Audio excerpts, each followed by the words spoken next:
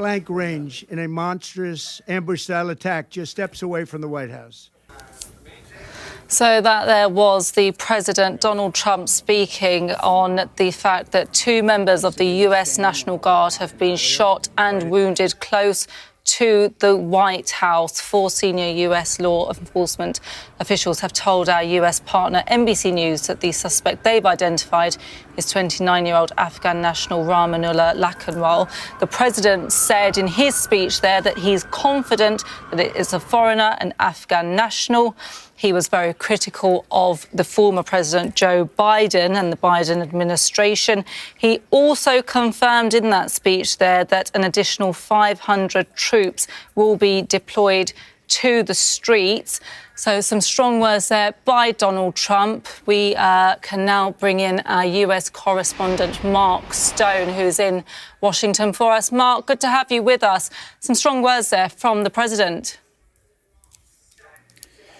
Yes, there had been an expectation that the decision by the president to address the nation live, as he just did, from Mar-a-Lago in Florida, where he is for the holiday weekend, that the expectation was that he perhaps had an update on either the investigation or on the state of the 2 service personnel who were shot.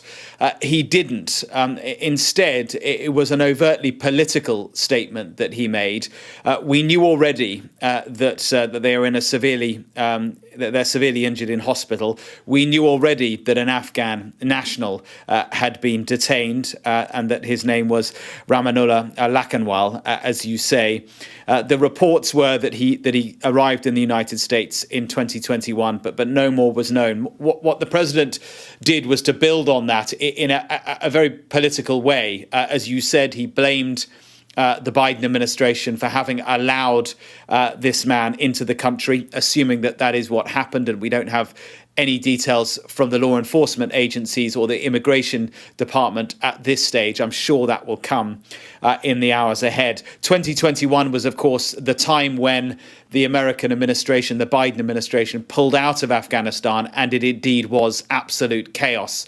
And many people sought asylum around the world, including in the United States. So we will get clarity over the course of the days ahead on all of that, I'm sure. But what struck me was the president's decision to be so political and to make the point, as he wanted to, it seemed, that this will now embolden him to find out who else might be here illegally, wherever they may be from. And he singled out Somalis in Minnesota, of course, a Democrat-run state.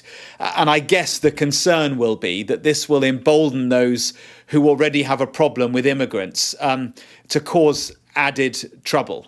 So you might expect a leader in this sort of situation to deal with the facts as he knows them and to call for unity. But it's not President Trump's style to do that. His style is as we saw play out there. But I imagine, I mean, it's 9:30 at night now. We'll see where we are in the morning with the investigation and, of course, the health of the 2 personnel that were so brutally shot earlier on today.